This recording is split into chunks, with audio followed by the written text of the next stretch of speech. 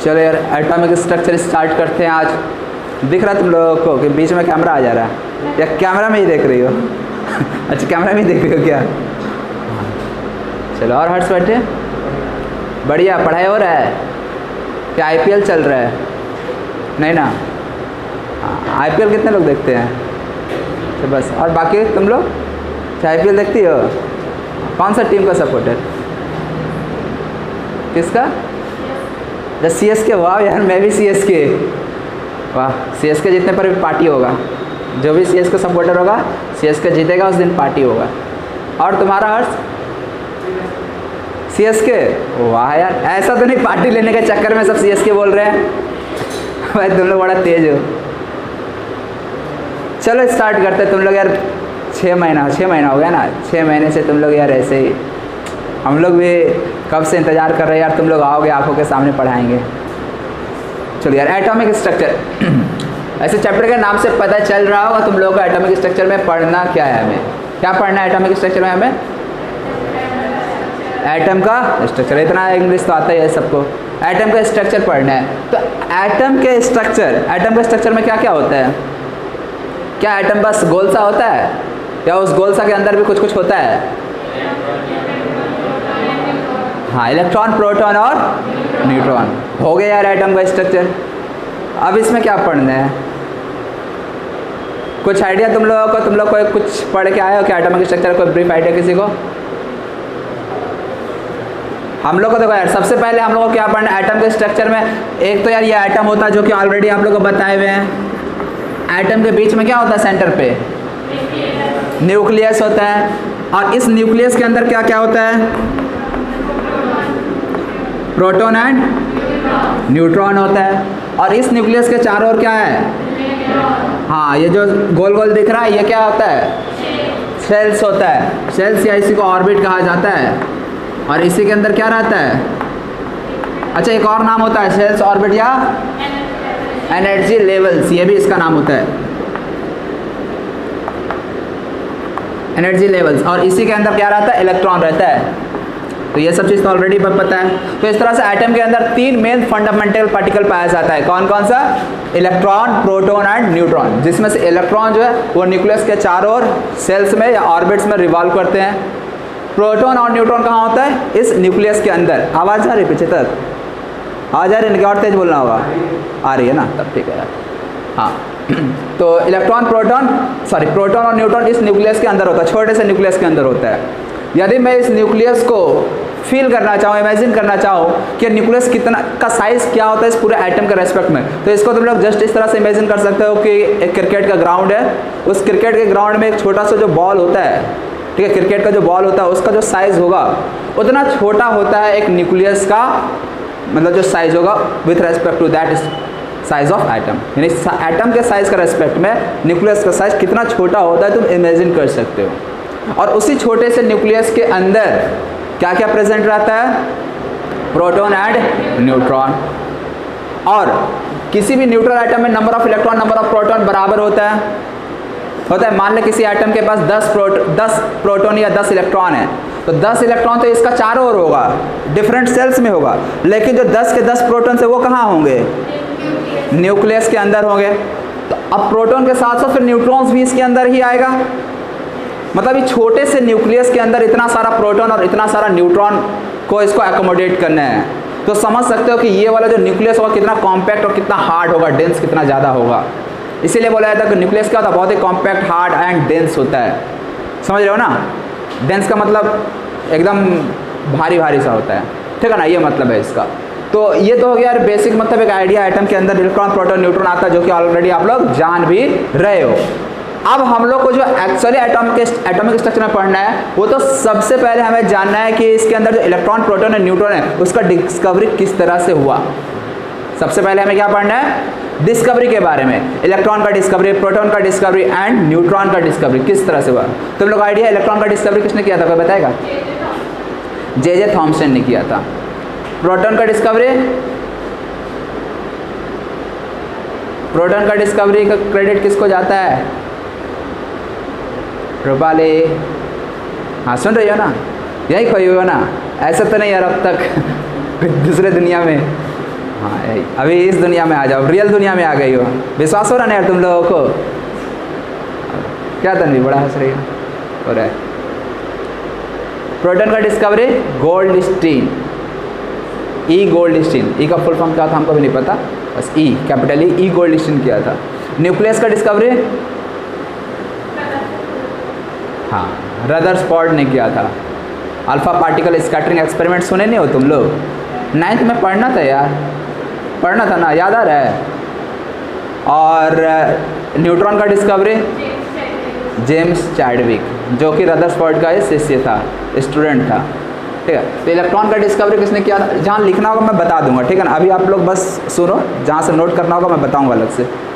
Electron का discovery था, जो क्रेडिट जाता है जे थॉम्सन को जाता है। प्रोटॉन का क्रेडिट ई गोल्डस्टीन को जाता है। न्यूक्लियस रदरफोर्ड को जाता है, और न्यूट्रॉन का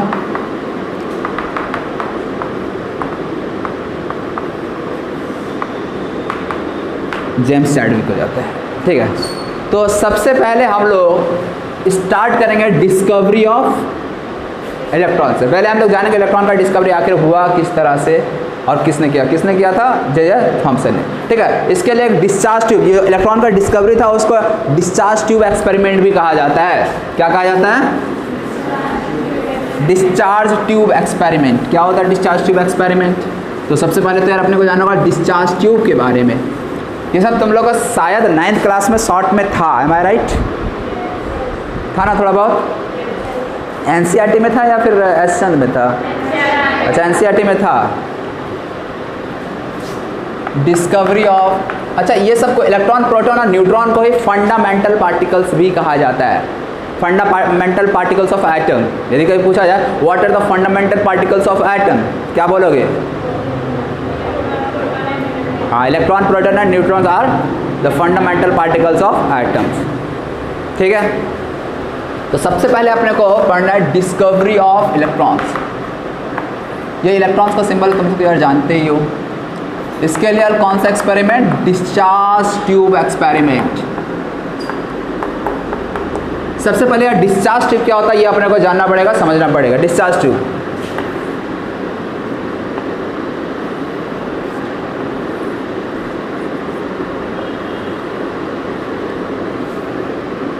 थोड़ा यार मेरा डायग्राम जानते हो तुम लोग?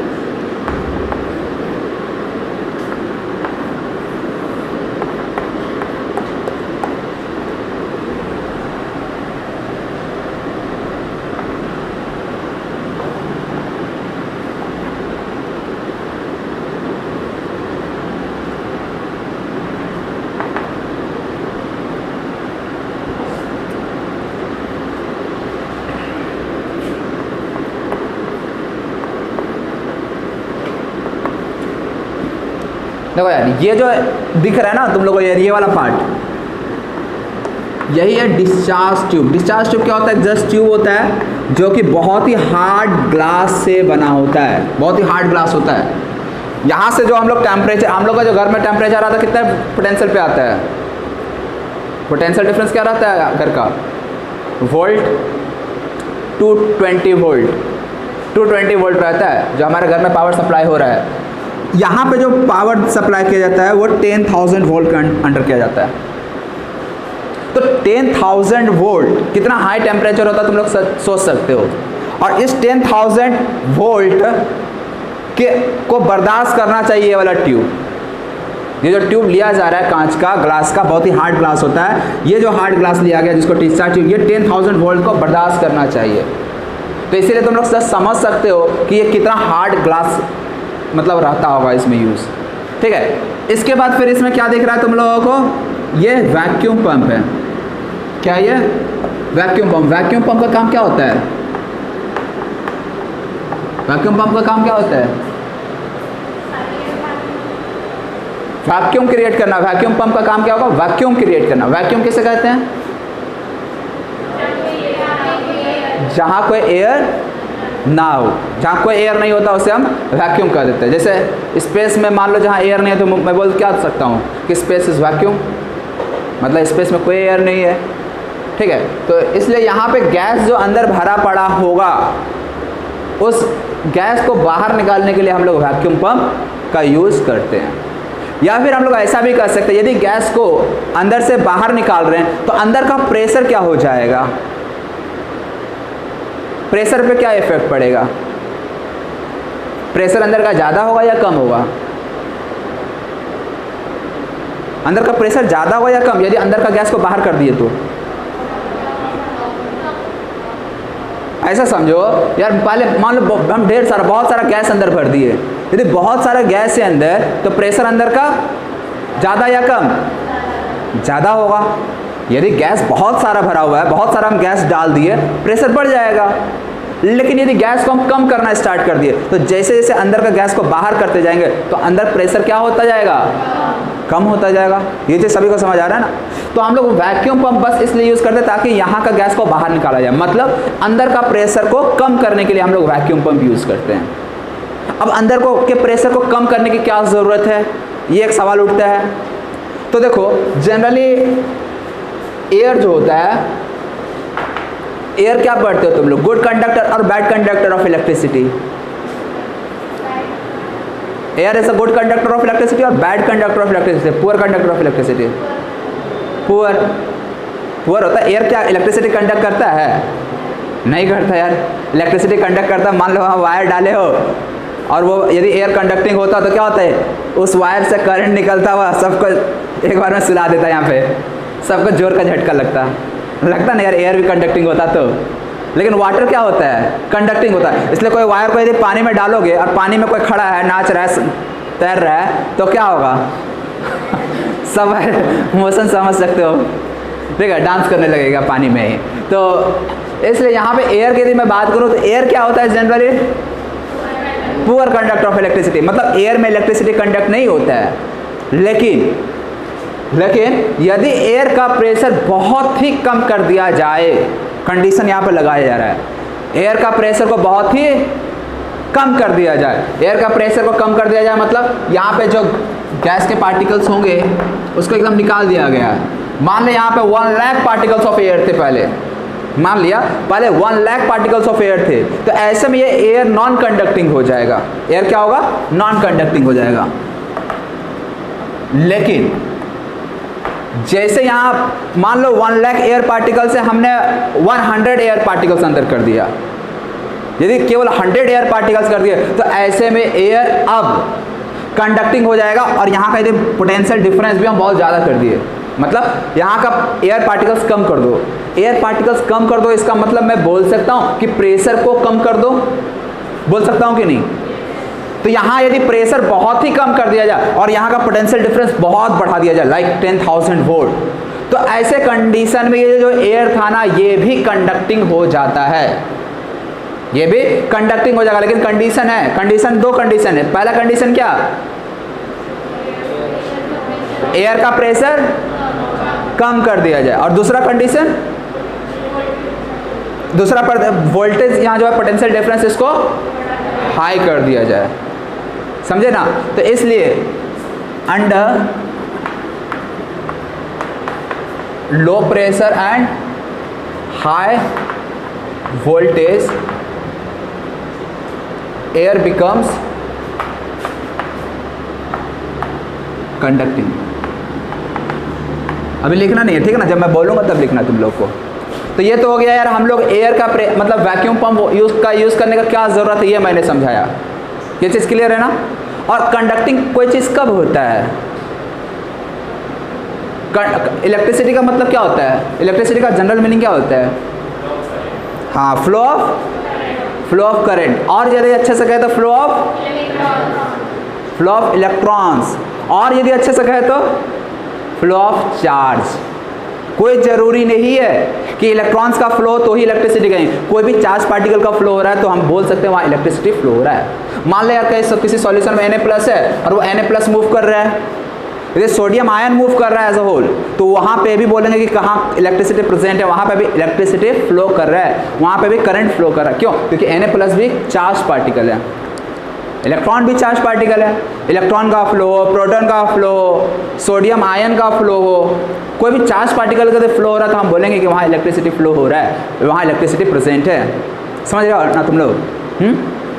तो इसलिए यहाँ पे जब हम लोग बहुत ही लो प्रेशर और बहुत ही हाई वोल्टेज अप्लाई करते हैं तो यहाँ पे जो एटम्स होता है, जो एटम्स होता है वो चार्ज हो जाता है, आयनाइज हो जाता है। आयनाइज का मतलब समझते हो तुम लोग? आयनाइज का मतलब क्या होता है, कोई बताएगा? हाँ, आयनाइज होने का मतलब है कि जो एटम्स थे ना, जो पहले न्यूट्रल पार्टिकल्स था, मान लिया हमने इसके अंदर ऑक्सीजन गैस यूज़ किया, तो ऑक्सीजन गैस का है तो O2, यही होता है ना ऑक्सीजन, O2। जब हम लोग बहुत ही हाई वोल्टेज और बहुत ही लो प्रेशर कर देंगे ना, तो ऐसे में सबसे पहले तो यार O2 जो है ना वो O+O में टूट जाएगा, ब्रेकडाउन कर जाएगा, O+O में ब्रेक कर गया। इसके बाद ये जो O जो होगा ना वो भी अपना एक इलेक्ट्रॉन को लूज कर देगा। बहुत ज़्यादा प्रेशर है ना, बहुत जोर का झटका लग रहा है इसको, सुने भाई 440 का वोल्टेज, मतलब कि बहुत जोर का झटका। तो इतना जोर का झटका है तो इसको लगेगा ना, तो एटम के अंदर जो इलेक्ट्रॉन होता है, यदि मैं ऑक्सीजन की बात करूं तो ऑक्सीजन में कितने इलेक्ट्रॉन होंगे कोई बताएगा? ऑक्सीजन 8, वैलेंस शेल में कितना इलेक्ट्रॉन होता है? 6। एटॉमिक नंबर ऑक्सीजन का होता है 8, एटॉमिक नंबर 8। यदि 8 है तो इलेक्ट्रॉनिक कॉन्फिगरेशन 2,6, मतलब 2 इलेक्ट्रॉन होगा इनर सेल में और 6 इलेक्ट्रॉन होगा आउटर सेल में। देखिए यार ये अभी कुछ देर तक बार ये थ्योरी वाला पार्ट है, इलेक्ट्रॉन का डिस्कवरी, प्रोटॉन का डिस्कवरी, न्यूट्रॉन का डिस्कवरी, न्यूक्लियस का डिस्कवरी, ये सब बस थ्योरी वाला पार्ट है, इसमें कोई न्यूमेरिकल नहीं है, बस आपको समझना है, कहानी सुनना और लिखना है। उसके बाद हमारा स्टार्ट होगा फोटो इलेक्ट्रिक इफेक्ट से, वहाँ से फिर न्यूमेरिकल्स भी आएगा और थ्योरी भी आएगा, लेकिन हाँ उसके बाद आएगा न्यूमेरिकल्स प्लस थ्योरी दोनों आएगा। अभी आपका बस जब तक डिस्कवरी वाला पार्ट कंप्लीट नहीं होता बस आप लोग कहानी सुनना है अच्छे से। हाँ तो क्या हुआ यहाँ पे ऐसा, तो अब बहुत जोर का इसको यदि झटका लगेगा तो ऐसे में क्या होगा, इसका जो इलेक्ट्रॉन है ना वो बाहर हो जाता है, नॉकआउट कर दे जाता है इलेक्ट्रॉन को। नॉकआउट का मतलब क्या होता है? धक्का मार के बाहर निकाल देना। तो इतना हाई वोल्टेज और इतने कम प्रेशर पे जो एटम का इलेक्ट्रॉन होता है वो नॉकआउट हो जाता है, एटम को छोड़कर बाहर निकल जाता है। देख रहे हो, इलेक्ट्रॉन जो है वो एटम को छोड़कर बाहर निकल जाएगा। इसी प्रोसेस को कहा जाता है आयनाइजेशन प्रोसेस। समझ रहे हो इसने? गुड। तो ये हो गया आयनाइजेशन। यदि बहुत हाई प्रेशर रहता है तो ऐसे में ये आयनाइजेशन प्रोसेस क्यों नहीं हो पाता? क्योंकि वहाँ पे इतने सारे गैस मॉलिक्यूल्स पास पास रहते हैं ना कि मतलब वहाँ से इलेक्ट्रॉन का निकालना क्या हो जाता है? मुश्किल हो जाता है।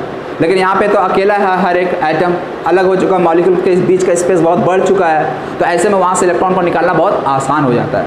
लेकिन प्रेशर बहुत ज़्यादा रहता है तो सब इतना पास पास होता है ना कि मतलब यूनिटी वहाँ पे आ जाता है। और एक साथ यदि यूनिटी आ जाए, मान ले यार कोई आ भी रहा है, कुछ नहीं बिगाड़ पाएगा उसका। समझ रहे हो ना क्यों यहाँ पे प्रेशर को कम किया जाता है? तो ये लॉजिक तो तुम लोग को समझ में आ गया होगा कि वैक्यूम पंप यूज़ क्यों किया गया, प्रेशर अंदर कम करने का क्या ज़रूरत है। ठीक, अच्छा ये भी चीज़ आपको याद रखना पड़ता है कि जो अंदर का प्रेशर है ना उसे हम लोग कितने तक कम कर देते हैं। यदि तुम्हें कैथोड रेज, अभी हम लोग क्या पढ़ रहे हैं? इलेक्ट्रॉन का डिस्कवरी ना, इलेक्ट्रॉन का डिस्कवरी। तो इलेक्ट्रॉन का डिस्कवरी क्या होता है? यहाँ पे एक रेज, जब हम लोग यहाँ स्विच ऑन कर देंगे ना, स्विच ऑन कर देंगे तो यहाँ से एक रेज जाता हुआ दिखता है, उस रेज को बोलते हैं कैथोड रेज। और कैथोड रेज जो होता है वो इलेक्ट्रॉन से बना होता है। ठीक है, कैथोड रेज किससे बना होता है? इलेक्ट्रॉन से। तो हमें एक रेज जाता हुआ दिखेगा, उस रेज को नाम क्या देते हैं? कैथोड। क्यों कैथोड रेज नाम देते हैं अभी पता चलेगा। फिलहाल अभी हम क्या बोल रहे थे यहाँ पे? हाँ प्रेशर, यहाँ का प्रेशर कितना कर दिया जाता है अंदर का? 0.001 mmHg, 0.001 mmHg, इतना कम प्रेशर कर दिया जाता है। अब तुम लोग को तो यार ये समझ ही नहीं आ रहा होगा, सर लिख के बोल रहे कम प्रेशर, फील कर पा रहे हो क्या? फील कर पा रहे? 0.001 mmHg प्रेशर कितना होता होगा? नहीं कर पा रहे? बोलो ना हाँ ना, बोलो नहीं, हाँ नहीं, ऐसे बोलो यार तब तो हमको समझ में आएगा। हाँ हम तो समझ रहे हैं यार, तुम लोग समझ ही नहीं रहे हो, इसलिए तुम लोग को समझना ज़्यादा ज़रूरी है ना। हाँ तो यार ये चीज़ समझाते हैं 0.001 mmHg का मतलब क्या होता है। उससे पहले तुम लोग क्या करो, इसको पहले तुम लोग नोट कर लो जरा। ठीक है, इसको देखो यार, एक और चीज़ पहले जान लो यहाँ पे, उसके बाद नोट करना, उसके बाद मैं समझाऊंगा आगे।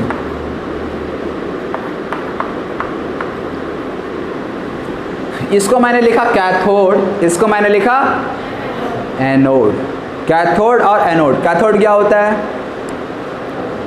क्या होता है कैथोड? बता यार, तुम लोग 9th में पढ़े होगे, 10th पास करके आए ना सर? हाँ, तो बता यार कैथोड एनोड। लग रहा तो लोग सब भूल भाल गए हो क्या स्नेहा? ऐसा नहीं यार।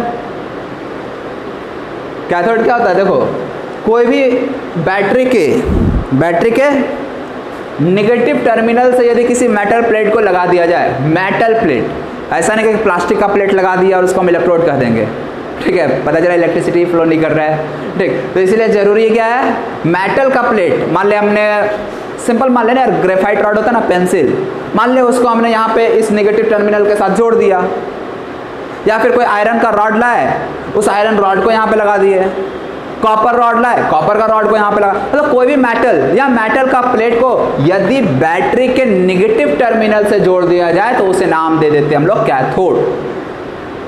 समझ रहे हो कैथोड क्या कहते हैं? एनी मेटल प्लेट और any metal which has been connected to the negative terminal of the battery, battery के नेगेटिव टर्मिनल से यदि किसी को जोड़ दिया जाए तो उसे नाम क्या दे देंगे? कैथोड। एनोड क्या हो जाएगा?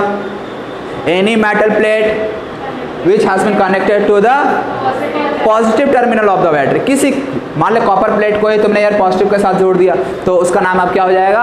एनोड। मतलब है वो मेटल प्लेट ही, बस साइंस के लैंग्वेज में हमने उसको नाम क्या दे दिया? एनोड और कैथोड। थोड़ा अच्छा लगता है भाई, एनोड कैथोड, है ना, बस यही चीज़ है। कैथोड एनोड के बारे में समझ लिए ना। अब हम लोग इसके बाद समझेंगे ये प्रेशर का क्या मतलब होता है और उसके बाद ये कैथोड रेज कैसे यहाँ से प्रोड्यूस होता है, इस चीज़ को जानेंगे। उससे पहले यार ये तुम लोग डायग्राम नोट कर लो और ये वाला पॉइंट साइड में लिख लेना। ये एक काम करो ना, सबसे पहले केवल तुम लोग डायग्राम नोट करो, ये सब तो लिखने की ज़रूरत है ही नहीं।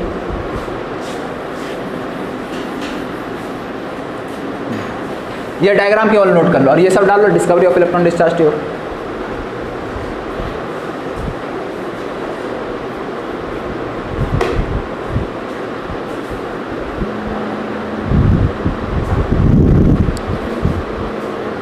तो आप देखो यार, अब हम लोग समझते हैं कि ये कैथोड रे अंदर, कैथोड रेज का फॉर्मेशन किस तरह से हुआ, इस चीज़ को अब समझते हैं हम लोग।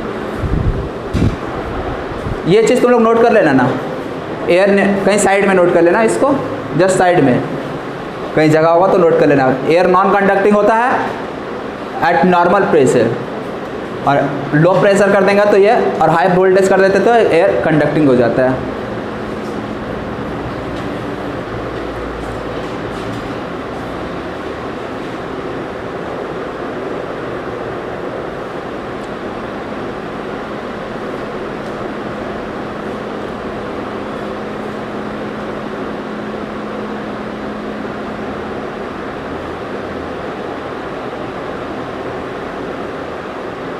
हटा दे रहा हूँ, लिख लिया ना। चलो अब समझते हैं।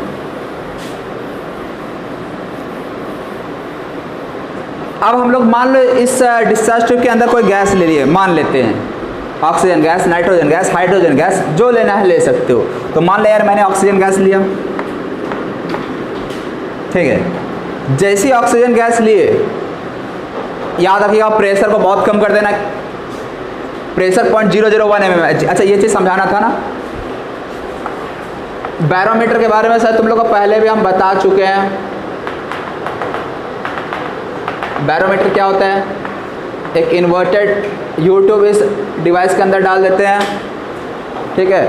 इसके बाद क्या होता है, यदि यहाँ पे मान ले क्या होगा, एटमॉस्फेयर होगा। ये क्या, ये अंदर जो दिख रहा है क्या है ये सब?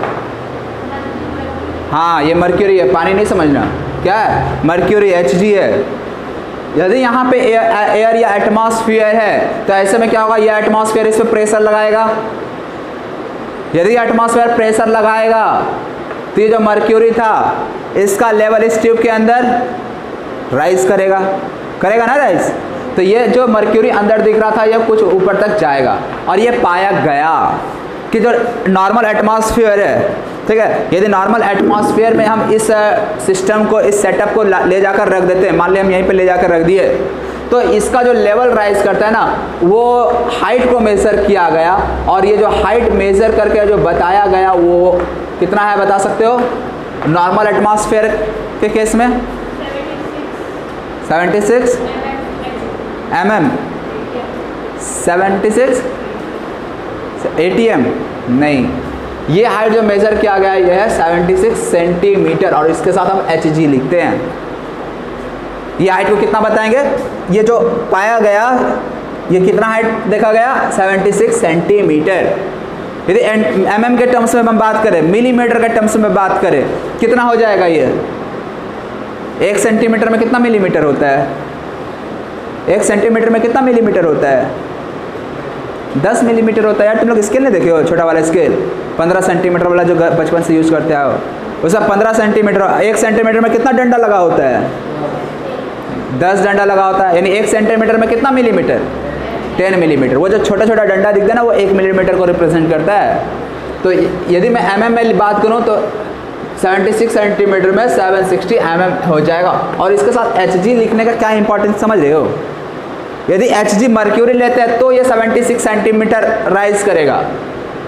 76 सेंटीमीटर का मतलब समझ रहे हो ना तुम लोग कितना हाइट हो जाएगा? 1 मीटर कहाँ से कहाँ तक होगा यार? यहाँ से यदि इस कॉर्नर से मैं बात करूँ तो यहाँ तक 1 मीटर हो जाएगा अप्रॉक्स, ऐसा है।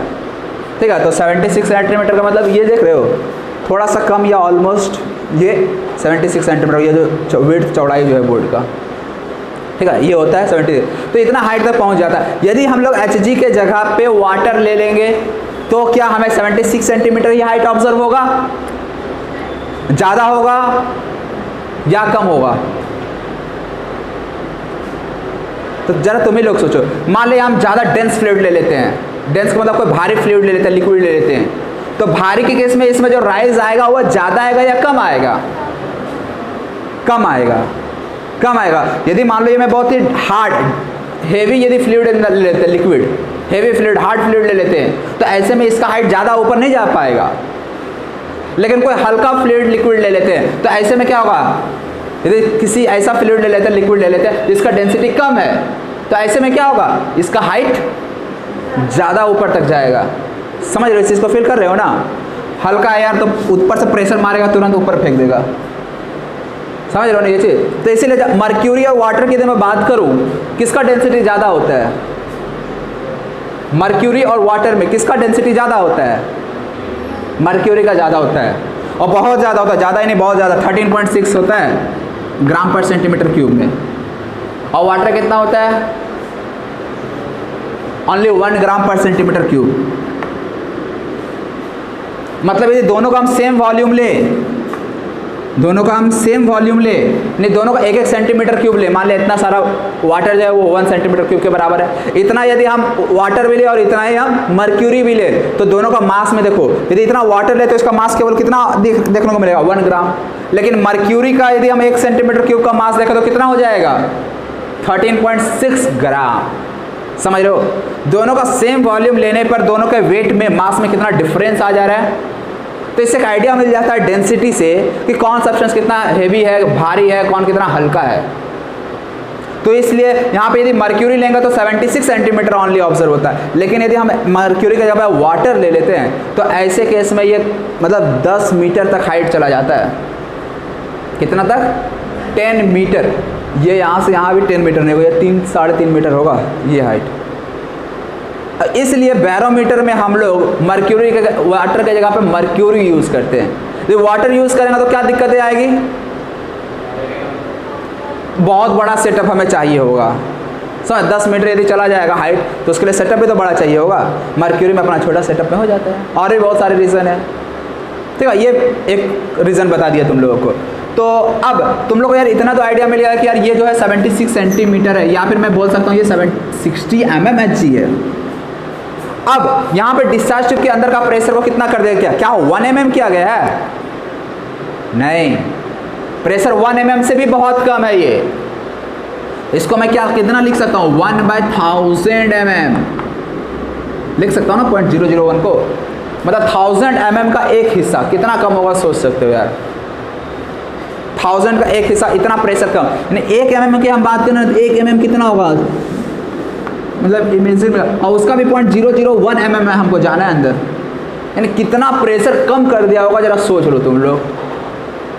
यानी हम यदि यहाँ पे अंदर में 10 लाख मॉलिक्यूल्स था ना, तो उसमें से 10 मॉलिक्यूल मुश्किल से रहने दिया गया होगा, ताकि प्रेशर कितना हो जाए, 0.001 mm हो जाए। प्रेशर कम करने का एक ही ऑप्शन है आपके पास, क्या करो, अंदर का एयर को बाहर कर दो, एयर बाहर हो जाएगा तो प्रेशर कम हो जाएगा। जब तक प्रेशर इतना तक नहीं आएगा तब तक आप लोगों को कैथोड रेज दिखने वाला नहीं है। लेकिन जब प्रेशर कम होकर 0.001 mmHg आ जाता है, और ये भी जरूरी है यार, यही तो झटका मारेगा एटम्स को, वहाँ से इलेक्ट्रॉन को नॉकआउट करेगा, बाहर करेगा। तो जब इतना वोल्टेज और इतना प्रेशर ले आते हैं, तो जो अंदर के गैसेस मॉलिक्यूल्स रहते हैं वो आयनाइज होना स्टार्ट हो जाता है। आयनाइज किस तरह से होगा, तो अभी जस्ट बताया, मान लिया कोई आइटम है, मान लिया ऑक्सीजन गैस ली है, तो ऑक्सीजन आइटम O++ इलेक्ट्रॉन दे देगा। अब इसमें मान ले 10 ऑक्सीजन, 100 ऑक्सीजन के आइटम्स प्रेजेंट है, तो 100 के 100 एटम्स आयनाइज हो जाएंगे। कितना इलेक्ट्रॉन हमें मिल जाएगा, 100 इलेक्ट्रॉन मिल जाएगा।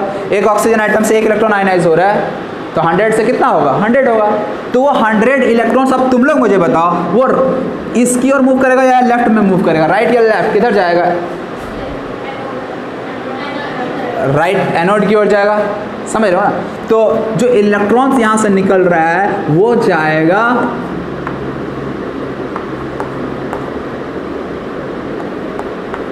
राइट की ओर। यहाँ पे पॉजिटिव चार्ज अंदर प्रेजेंट है या नहीं है, ये बताओ। क्या अंदर इस डिस्चार्ज ट्यूब के अंदर पॉजिटिव चार्ज प्रेजेंट होगा या नहीं होगा, होगा, होगा। लेकिन अभी हम लोग उसकी बात नहीं कर रहे हैं, अभी हम लोग किसकी बात कर रहे हैं, केवल जो माइनस, जो इलेक्ट्रॉन यहाँ से निकला, हम लोग उसकी बात कर रहे हैं। और अभी तक हमको याद रखना, ये अभी हमें पता नहीं कि ये इलेक्ट्रॉन ही है। जब एक्सपेरिमेंट किया जा रहा था, इलेक्ट्रॉन तो बाद में नाम दिया गया ना, बाद में नाम देगा। अभी बस उसे पता था कि इस पॉजिटिव चार्ज की ओर कोई चीज आ रहा है, तो उस पर चार्ज क्या रहा होगा, नेगेटिव रहा होगा। हमें ये तो पता है ना, ये पॉजिटिव चार्ज है, ये वाला प्लेट पे चार्ज पॉजिटिव है, इस वाले प्लेट पे माइनस चार्ज है। कोई चीज़ यदि इधर भागते हुए आ रहा है, इसका मतलब इस वाले चीज़ पे क्या रहा होगा, इस वाले पे नेगेटिव चार्ज रहा होगा। और एक रेज, रेज का मतलब समझते हो ना, पुंज, मतलब कोई चीज़ बहुत ज़्यादा अमाउंट में एक साथ भाग रहा है तो रेज हम लोग बात करते हैं। सन रेज, जब रेज हम बोल रहे हैं, इसका मतलब बहुत सारे वहाँ से पार्टिकल्स आ रहे हैं, बहुत सारे कलेक्शन ऑफ पार्टिकल्स को हम लोग रेज नाम दे देते हैं। तो यहाँ से भी कैथोड रेज मतलब बहुत सारे पार्टिकल मिलकर इधर ट्रैवल कर रहे थे, इसको हम लोग नाम दे दिए कैथोड रेज। अब यहाँ पे एक इंपॉर्टेंट जो कंफ्यूजन रहता है, कैथोड रेज नाम क्यों दिया गया, क्योंकि ये कैथोड से ऑरिजिनेट होता हुआ दिख रहा था। उस समय कैथोड रेज को कैथोड रेज क्यों नाम दिया गया, जो निगेटिवली चार्ज पार्टिकल्स था। ये तो कंफर्म हो गया निगेटिवली चार्ज पार्टिकल्स क्यों है, क्यों पॉजिटिव की ओर भाग रहा है, इसका मतलब निगेटिवली चार्ज रहा होगा पार्टिकल्स। अब इस निगेटिवली चार्ज पार्टिकल को कैथोड रेज नाम क्यों दिया गया था, क्योंकि वो कैथोड से ओरिजिनेट होता हुआ दिख रहा था। क्या एक्चुअली में ये कैथोड से निकल रहा है, याद रखेंगे, एक्चुअली ये कैथोड से नहीं निकल रहा है। ये actually minus charge, negatively charge particle वो कहां से बन रहा है, हाँ, जो अंदर गैस डिस्चार्ज ट्यूब के अंदर जो गैस लिया गया था ना, उस गैस के आयनाइजेशन से ये निगेटिवली चार्ज पार्टिकल का फॉर्मेशन हो रहा था, और वो कलेक्टिवली मूव कर रहा था टुवर्ड्स एनोड। तो ऐसा लग रहा था इसे कि यार ये कैथोड से निकलता हुआ आ रहा है, इसलिए इस रेस का नाम क्या दे दिया गया, कैथोड रेस। समझ में आया कैथोड रेस का कहानी। तो इस तरह से कैथोड रेस का डिस्कवरी हुआ। अब उसका कुछ और चीजें, ये कैथोड रेस जनरली और कुछ रेस दिख जाती है, कुछ रेस नहीं दिखती है। तो ये कैथोड रेस का एक प्रॉपर्टीज होता है कि यदि किसी सब्सटेंस पे स्ट्राइक करते हैं, यहाँ पे हम लोग ZNS का कोटिंग कर देते हैं, ये दिख रहा है ना, यहाँ पे ZNS का कोटिंग कर देते हैं, जिंक सल्फाइड। जिंक सल्फाइड का प्रॉपर्टी होता है कि जब भी उस पर कोई पार्टिकल्स आके स्ट्राइक करता है ना, तो फ्लोरेसेंस करता है। फ्लोरेसेंस का मतलब चमकता है, स्किंटिलेशन इफेक्ट समझते हो। मान ले यार कहीं पड़ा तो वहाँ पे लाइट चिंगारी एक निकलता है, तो इस तरह का यहाँ पे हमें इफेक्ट ऑब्जर्व होता है। तो इसलिए यहाँ पे ZNS कोटिंग कर देते हैं, ZNS कोटिंग कर देते हैं। जैसे ये कैथोड रेस इधर आता है, टकराता है, तो ऐसे में हमें क्या दिखता है, वहाँ पे लाइट दिखता है, लाइट चमकता हुआ दिखता है। इसी को हम लोग फ्लोरेसेंस या स्किंटिलेशन इफेक्ट कहते हैं। तो इससे ये कंफर्म हो जाता है, यहाँ पे जब स्किंटिलेशन इफेक्ट प्रोड्यूस होता है, स्किंटिलेशन देखो यार, स्किंटिलेशन इफेक्ट जब ये देखा गया कि ZNS का लगाने से स्किंटिलेशन इफेक्ट आ रहा है, तो इससे कंफर्म हो गया कि इधर से कोई ना कोई रेस तो आ रहा है, और उस रेस पे क्या रहा होगा, चार्ज माइनस चार्ज रहा होगा, नेगेटिव चार्ज रहा होगा। ये चीज़ कन्फर्म, ठीक है। तो अब यहाँ से जो कैथोड रेज मिला, इस कैथोड रेज का एक एक करके इसका प्रॉपर्टीज को जाना गया। एक प्रॉपर्टीज तो हमें पता चल गया, क्या कि इसके ऊपर माइनस चार्ज होता है, नेगेटिव चार्ज होता है। बाकी इसका प्रॉपर्टी वो नोट डाउन कर लो, इसको मैं मिटा दे रहा, ठीक है ना।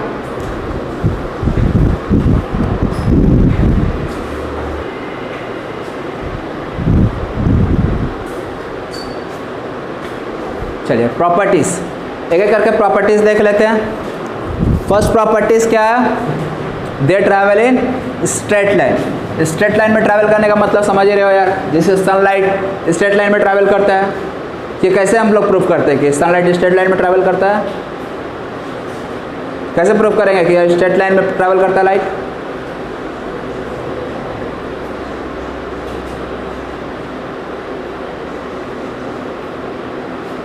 अरे सब सोच रहा है कैसे प्रूफ करेंगे? तो जो लाइट होता है वो स्ट्रेट लाइन में ट्रैवल करता है।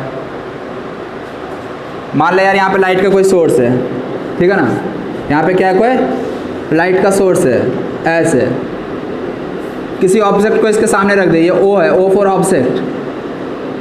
यदि इसका शेडो यदि इस दोनों को ज्वाइन करने वाले लाइन में मिले बने, यदि यहाँ पे शेडो है, ठीक है ना, यदि ये सोर्स है, यहाँ पे ऑब्जेक्ट है, इसका जो भी शेडो होगा वो यदि इसी दोनों को ज्वाइन करने वाले लाइन में मिले, इसका मतलब क्या हो गया कि यहाँ से जो लाइट जा रहा होगा वो किस लाइन में कैसे जा रहा होगा? स्ट्रेट ट्रैवल कर रहा होगा। समझ आ रहा है क्या कहना चाह रहे? समझ में आ रहा है ना सबको यार? हाँ, तो इसी तरह से यार हमें प्रूव करना है कि कैथोड रेज स्ट्रेट लाइन में ट्रैवल करता है। कैसे प्रूव करेंगे? तो यहाँ से रेस तो निकल रही है, तो हमें पता है इस रेस कैथोड रेज के रास्ते में कोई ओपेक सॉलिड ऑब्जेक्ट रख दो। ओपेक का मतलब समझते हो ना, जिससे लाइट आर पार नहीं होता है, ठीक है। तो कोई ओपेक सॉलिड ऑब्जेक्ट रख देंगे तो उसके पीछे शेडो बनेगा, और शेडो जस्ट उसी के स्ट्रेट लाइन में बनता है, मतलब ज्वाइन कर दो कि स्ट्रेट लाइन मिल जाएगा। इसका मतलब क्या है, जो कैथोड रेज होगा वो स्ट्रेट लाइन में ट्रैवल करता है। फर्स्ट पॉइंट क्लियर है ना, दे travel in straight line. Second point क्या था? सेकंड पॉइंट क्या है, they produce mechanical effect. Mechanical effect produce करता है। मैकेनिकल इफेक्ट का मतलब क्या? जैसे एयर के रास्ते में यदि कोई व्हील मतलब कि वो पैडल व्हील रख दिया जाए, ठीक है, तो ऐसे में क्या होगा?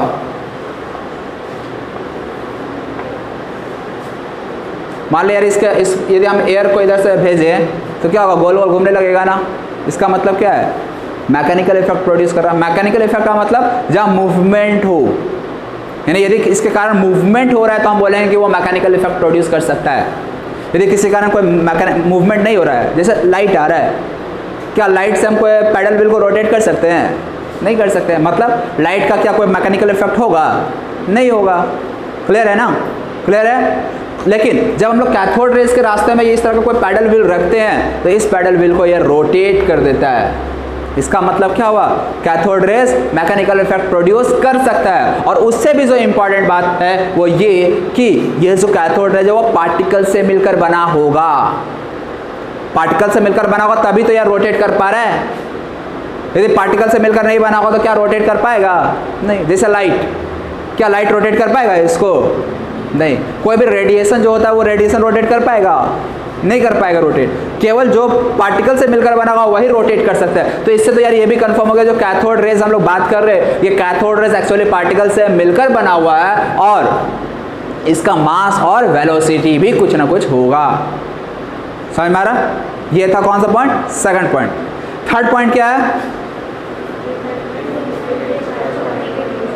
इट, हाँ, थर्ड पॉइंट है it contains negatively charge particle. Already यार मान ले हम यहाँ पे कोई इलेक्ट्रिक फील्ड अप्लाई कर देते हैं प्लस माइनस, ठीक है ना। यदि ऊपर नीचे मान लो इलेक्ट्रिक फील्ड हम अप्लाई कर देते हैं तो ऐसे में क्या होगा? ये बेंड कर जाएगा इन द डायरेक्शन ऑफ, मान लो इधर पॉजिटिव प्लेट के साथ जोड़ दिया हम लोग और इधर है नीचे नेगेटिव, मतलब इसके अबाउट हमने इलेक्ट्रिक फील्ड लगा दिया। यदि इलेक्ट्रिक फील्ड लगा देंगे तो ये कैथोड रेज बेंड कर जाएगा, अब स्ट्रेट नहीं भागेगा।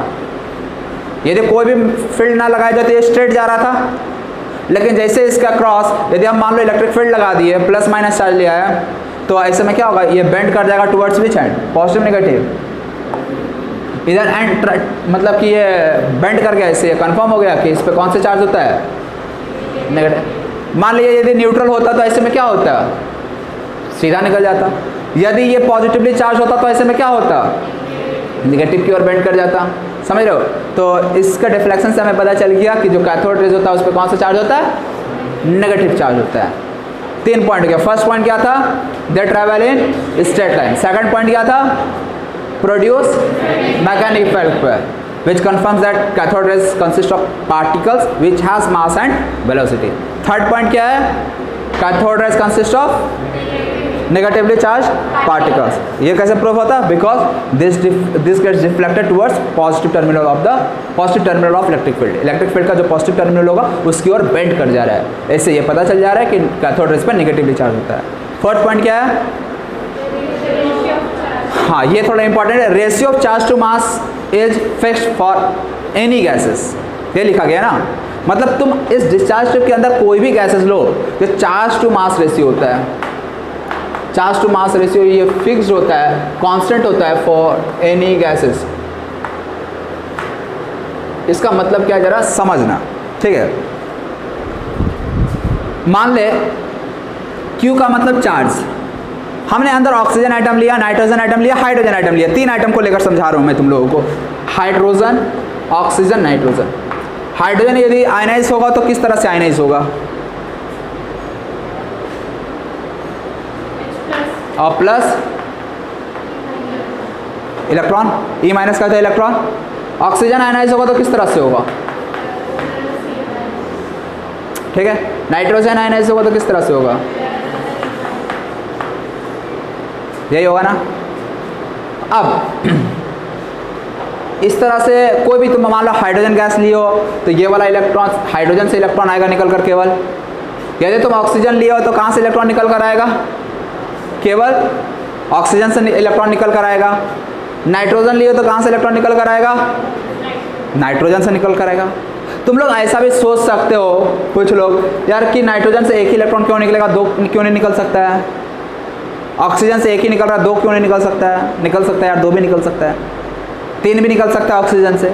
लेकिन निकलने के बाद भी क्या रहेगा, मान ले पहले एक इलेक्ट्रॉन निकाले तो वो प्लस प्लस इलेक्ट्रॉन मिला, मान ले ऑक्सीजन एक और इलेक्ट्रॉन लूज कर दे तो फिर से क्या हो जाएगा, एक इलेक्ट्रॉन और लूज कर देगा तो O पे 2 प्लस आ जाएगा, प्लस एक और इलेक्ट्रॉन आ जाएगा। लेकिन जो निगेटिव जो पार्टिकल है वो तो इलेक्ट्रॉन ही रहने वाला है, जो निगेटिव पार्टिकल वो कौन रहने वाला है, इलेक्ट्रॉन ही रहने वाला है। जो इलेक्ट्रॉन यहाँ था वही इलेक्ट्रॉन यहाँ है। कोई चेंजेस आया क्या, कोई चेंजेस आया, वहाँ पे भी वही पार्टिकल था, यहाँ पे भी वही पार्टिकल था। लेकिन मुझे बताना, पॉजिटिवली चार्ज पार्टिकल पे कोई चेंजेस आया नहीं आया। जब एक इलेक्ट्रॉन लूज किया और जब 2 इलेक्ट्रॉन लूज किया तो पॉजिटिव चार्ज का भी नेचर सेम रहा या वो डिफरेंट हो गया। एक इलेक्ट्रॉन लूज किया तो हमें क्या मिला, O प्लस। जब 2 इलेक्ट्रॉन, एक और इलेक्ट्रॉन लूज किया तो हमें क्या मिला, O2 प्लस। क्या O प्लस और O2 प्लस सेम है, नहीं, दोनों में नंबर ऑफ प्रोटॉन तो सेम है लेकिन नंबर ऑफ इलेक्ट्रॉन अब सेम नहीं है। O प्लस के पास पूछो तो कितना इलेक्ट्रॉन, हाँ गुड, एटॉमिक नंबर 8 होता है ना, तो 8 प्रोटॉन 8 इलेक्ट्रॉन प्लस आ गया, इसका मतलब इसके पास कितना इलेक्ट्रॉन हो गया, और प्रोटॉन कितना रहेगा, O2 प्लस की यदि बात करें तो 6 इलेक्ट्रॉन और प्रोटॉन 8। प्रोटॉन तो निकलता नहीं आयनाइजेशन प्रोसेस, प्रोटॉन तो न्यूक्लियस के अंदर होता है, उसको बाहर नहीं किया जा सकता है। तो जो नेगेटिव पार्टिकल्स है वो तो अब भी सेम रह रहा है, एक इलेक्ट्रॉन निकले, 2 इलेक्ट्रॉन निकले, 3 इलेक्ट्रॉन निकले, नेगेटिव पार्टिकल सेम रह रहा है, लेकिन पॉजिटिव पार्टिकल सेम नहीं रहता है, ठीक है। इसलिए यहाँ पे बोला जाता है जो Q/m है, जो चार्ज टू मास रेशियो है ना, वो कांस्टेंट रहेगा, फिक्स रहेगा फॉर एनी गैसेस। लेकिन यही चीज़ जब हम लोग एनोड रेस में पढ़ेंगे ना तो वो फिक्स नहीं रहता, वो कांस्टेंट क्यों नहीं रहता वो आगे हम लोग देखेंगे, ठीक है ना। अभी फिलहाल अभी हमें को ये कैथोड रेस के लिए समझना Q/m फिक्स क्यों रहता है। तो मान ले यार हमने हाइड्रोजन गैस लिया, हाइड्रोजन गैस में निगेटिव पार्टिकल यदि मैं पूछूं, हाइड्रोजन के केस में आयनाइजेशन के बाद निगेटिव पार्टिकल्स क्या मिल रहा है, ये मिल रहा है इलेक्ट्रॉन। यदि 100 हाइड्रोजन के आइटम प्रेजेंट थे इसके अंदर, कितने 100 मान लिए, तो 100 में से 100 इलेक्ट्रॉन्स निकलेंगे और सब के सब इलेक्ट्रॉन ही होंगे, ई माइनस ही होगा। तो इसलिए जो चार्ज होगा वो सब का सब, अब देखो यार यहाँ पे जो Q/m और ये एक पार्टिकल्स के लिए बात करेंगे, कितने के लिए, एक के लिए हम लोग बात करेंगे, मतलब ऐसा नहीं कि 100 इलेक्ट्रॉन निकला तो यहाँ पे Q के जगह पे 100 इलेक्ट्रॉन का चार्ज लिखेंगे, ऐसा नहीं, एक ही इलेक्ट्रॉन से अपने को मतलब है, ठीक है। तो एक इलेक्ट्रॉन का चार्ज क्या होता है इलेक्ट्रॉन का, बता सकते हो? -19। और मास का वैल्यू बता सकते हो इलेक्ट्रॉन का? वेरी गुड, बोलो। हाँ, -28 ग्राम, और केजी में? शाबाश यार स्नेहा, 9.1 × 10⁻³ kg, केजी के टर्म में बात करें। ये हो गया चार्ज इन कूलम और ये हो गया मास इन केजी। हमने हाइड्रोजन गैस लिया तो हमें ये वैल्यू मिलेगा, मिलेगा या नहीं मिलेगा बताओ? मिलेगा या नहीं मिलेगा? अब मान लें हमने हाइड्रोजन की जगह पे ऑक्सीजन गैस अंदर लिया। अब हाइड्रोजन की जगह पे हमने क्या लिया अंदर? Oxygen gas. ऑक्सीजन गैस लेंगे तो हमें ऑक्सीजन आइटम मिलेगा। ऑक्सीजन आइटम आयनाइज होगा तो वहां से भी हमें क्या मिलने वाला? E- ही मिलने वाला। समझ आ रहा है ना? ऑक्सीजन आइटम लेंगे तो वो आयनाइज होकर हमें क्या देगा? E- ही देगा। अब अगेन यदि मैं Q/m का वैल्यू निकालूं ऑक्सीजन गैस के लिए तो बताओ Q के जगह पे क्या पुट करेंगे? इलेक्ट्रॉन तो वही है ना, तो 1.6 × 10⁻19। मास की जगह पे क्या पुट करेंगे? 9.1 × 10⁻31 kg। मतलब अगेन ऑक्सीजन गैस भी इसके अंदर लेते हैं तो Q/m मतलब चार्ज, Q का charge to mass ratio again same आएगा। समझ रहे हो? इसी तरह से यदि मैं नाइट्रोजन गैस ले लेता हूं अंदर तो नाइट्रोजन गैस पहले नाइट्रोजन आइटम में ब्रेक करेगा, नाइट्रोजन से नाइट्रोजन प्लस इलेक्ट्रॉन मिला। अब अगेन यहाँ पे भी यदि जो पार्टिकल, देखो यार हम लोग जो इधर मूव कर रहे हैं ना उसको बात कर रहा है, और इधर कौन सा मूव करेगा? यही वाला मूव करेगा इलेक्ट्रॉन, और इसके लिए हम लोग Q/m निकाल रहे हैं। तो अगेन Q/m का वैल्यू क्या रहेगा? सेम रहेगा। तो इसलिए चार्ज टू मास रेशियो जो है कैथोड रेज के लिए वो सेम रहता है। लेकिन यही चीज यहीं पे मैं समझा दे रहा हूं, क्या Q/m फॉर एनोड रेज या कोई पॉजिटिवली चार्ज पार्टिकल है फॉर डिफरेंट गैसेस सेम रहेगा? पहले यदि हमने हाइड्रोजन लिया, फिर हमने ऑक्सीजन लिया, फिर हमने नाइट्रोजन लिया, क्या तीनों केस में Q/m का वैल्यू सेम रहेगा? जरा सोच कर बताओ। डिफरेंट हो जाएगा? यस, डिफरेंट हो जाएगा। क्यों? यदि हाइड्रोजन लेगा तो पॉजिटिवली चार्ज पार्टिकल क्या है? H+ है। H+ यदि है तो ऐसे में चार्ज का वैल्यू +1, तो +1 का मतलब एक इलेक्ट्रॉन एक्सेस में या एक इलेक्ट्रॉन कम है, तो एक इलेक्ट्रॉन या एक प्रोटॉन का चार्ज के बराबर होगा। और मास क्या हो जाएगा? हाइड्रोजन आइटम का मास रखेंगे ना। लेकिन यदि मैं ऑक्सीजन आइटम ले लूँ तो ऑक्सीजन के केस में अब यदि मैं Q/m निकालूंगा तो इसमें स्पीसीज कौन है? पॉजिटिवली चार्ज स्पीसीज O+ है। तो O+ का क्या Q, यदि एक प्लस है तो चार्ज सेम होगा। यदि +1 इस पे भी है, +1 इस पे भी है तो Q का वैल्यू तो दोनों के लिए सेम होगा क्योंकि +1 चार्ज है। लेकिन मास क्या सेम रहेगा? ऑक्सीजन O के लिए मास चेंज हो जाएगा। मास चेंज हो गया तो Q/m का वैल्यू चेंज हो जाएगा। सेम यदि नाइट्रोजन के लिए बात करें तो नाइट्रोजन में पॉजिटिव चार्ज हमें कौन सा दिख रहा है? N+। अगेन यदि एक प्लस है तो चार्ज Q का वैल्यू सेम रहेगा, लेकिन मास, मतलब यहाँ पे हम लोग क्या देख रहे हैं? जो चार्ज टू मास रेशियो वो डिफरेंट गैसेस के लिए डिफरेंट होगा। समझ रहे हो ये चीज़ को? तो ये चीज़ मतलब कि एनोड रेस में charge to mass ratio different होता है फॉर डिफरेंट गैसेस, लेकिन जब हम लोग कैथोड रेस की बात करेंगे तो charge to mass ratio same रहता है। ठीक है? इसका मतलब एक चीज ध्यान से यदि तुम लोग नोटिस करोगे कि यार charge to mass ratio same रह रहा है, इसका मतलब वो जो पार्टिकल जो एनोड की ओर भाग रहा था ना वो सभी गैसेस के अंदर प्रेजेंट था।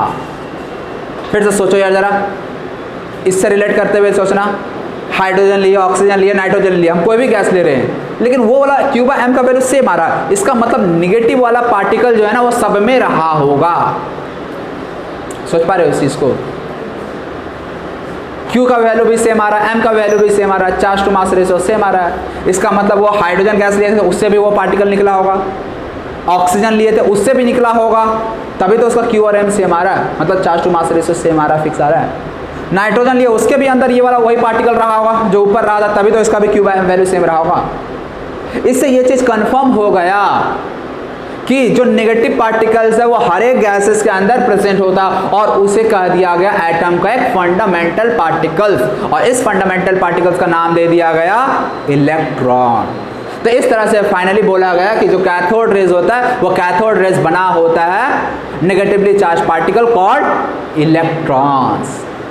अभी तक हम लोग कैथोड रेज की बात कर रहे थे, लेकिन अब हमें पता चल गया, कंफर्म हो गया कि जो कैथोड रेज का जो पार्टिकल्स है ना, वो केवल किसी एक सर्टेन गैस या किसी सर्टेन एटम में ही प्रेजेंट नहीं होता, वो सब एक एटम का हिस्सा होता है, और इसलिए उसको फंडामेंटल पार्टिकल कहा गया एटम का, क्योंकि यह हर एक एटम में पाया जाएगा, और जो भी उसका Q और M होगा वो सेम होगा। और उस फंडामेंटल पार्टिकल को क्या नाम दे दिया गया? इलेक्ट्रॉन। समझ में? तो यही था इलेक्ट्रॉन का डिस्कवरी का कहानी। एक और प्रॉपर्टीज एडिशनल आप लोगों को लिखाया गया है कि जब cathode rays high atomic mass वाले मेटल पे स्ट्राइक करता है तो वहाँ एक्सरेज प्रोड्यूस होता है। एक्सरेज के बारे में सुने हो, तुम लोग एक्सरे कराते हो यार, अपने दिमाग का, पैर का, हाथ का टूट जाता है तो एक्सरे कराते हैं। तो एक्सरे प्रोड्यूस कैसे होता है? ये जो कैथोड रेज होता है ना, इसी कैथोड रेज को हम लोग किसी हाई मेटल प्लेट पे, हाई एटॉमिक मास वाले मेटल प्लेट पे स्ट्राइक कराते हैं, ठीक है। तो जब हाई एटॉमिक मास वाले मेटल प्लेट पे स्ट्राइक करता है कैथोड रेज, तो वहाँ से एक्सरेज का फॉर्मेशन होता है। तो वो आप लोग को ऐसे पढ़ना है, एक्सरेज के बारे में भी फिजिक्स में पढ़ना है, मॉडर्न फिजिक्स में 12th में पढ़ोगे आप लोग लास्ट चैप्टर, ठीक है। फिलहाल आपको ज़रूरत नहीं है। तो ये इलेक्ट्रॉन का डिस्कवरी का हो गया यहाँ पे पता, समझे? कोई डाउट है आप लोगों को? कोई छोटा डाउट, बड़ा डाउट? कोई डाउट नहीं? और देवेश, और किसी को कोई डाउट नहीं? समझ में आ गया सब कुछ? कैसे डिस्कवरी होता बता दोगे ना तुम लोग? पहले भी चलिए यार, अच्छी बात है। हाँ स्नेहा, समझने की कोशिश कर रही है, कुछ डाउट है? अच्छा देख रही हो, देख लो यार तुम लोग, ठीक है। और अब हम लोग नेक्स्ट क्लास में हम लोग पढ़ेंगे क्या? प्रोटॉन का डिस्कवरी या न्यूट्रॉन का डिस्कवरी। तो उसमें अपने को ज़्यादा मेहनत करना नहीं पड़ेगा, सेम सेटअप रहेगा। यहाँ पे जो पॉजिटिव चार्ज बन रहा था, जो हमें इधर आता हुआ नहीं दिख रहा था, वो भी दिखने लगेगा, ठीक है। एक और प्रॉपर्टीज में ऐसा लिखवाया नहीं है, जो इलेक्ट्रॉन होता है ना, उसका पेनेट्रेशन पावर बहुत हाई होता है।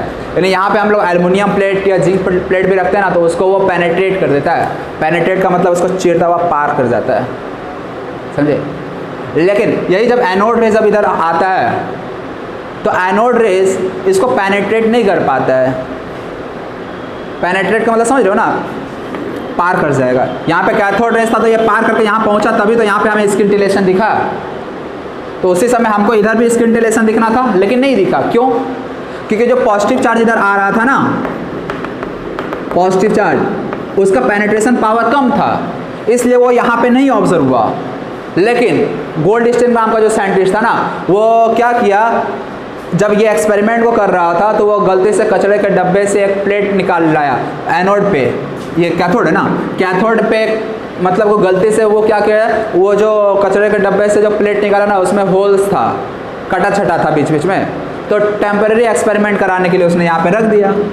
ऐसे में वो ये ऑब्जर्व करता है कि यहाँ पे जो होल्स वाला जो कैथोड रखा गया, अब यहाँ पे भी उसको कुछ ग्लो, मतलब कुछ इस तरह का इफेक्ट प्रोड्यूस होता हुआ दिख गया। इसका मतलब यहाँ से ये कंफर्म हो गया कि यहाँ पे एक और रेस निकल रहा था, चल रहा था, जो कि नहीं दिख रहा था। लेकिन जब ये वाला कैथोड को परफोरेटेड कैथोड, स्पेशल नाम यूज किया जाता है परफोरेटेड कैथोड लिया जाता है। परफोरेटेड कैथोड का मतलब cathode having holes in it, यानी जब होल्स आ जाए तो उसको हम लोग तो क्या परफोरेटेड कैथोड के साथ जब एक्सपेरिमेंट किया गया, तो यहाँ पे भी एक रेज ऑब्जर्व हुआ। अगेन ये रेज ऐसा लगा कि यार एनोड से निकलता हुआ आ रहा, उसका नाम दे दिया गया एनोड रेज। अगेन एक्चुअली वो क्या एनोड से निकल रहा था? नहीं निकल रहा था। तो एनोड रेज के बारे में हम लोग नेक्स्ट क्लास में जानेंगे। प्रोटॉन्स क्या, एनोड से रेज से प्रोटॉन किस तरह से रिलेटेड होता है, उसके प्रॉपर्टीज को हम लोग नेक्स्ट क्लास में देखते हैं। अभी के लिए वीडियो को यहीं एंड किया जाता है। बाय बाय, थैंक यू, और कुछ have a nice day to all. लगना चाहिए ना यार वीडियो।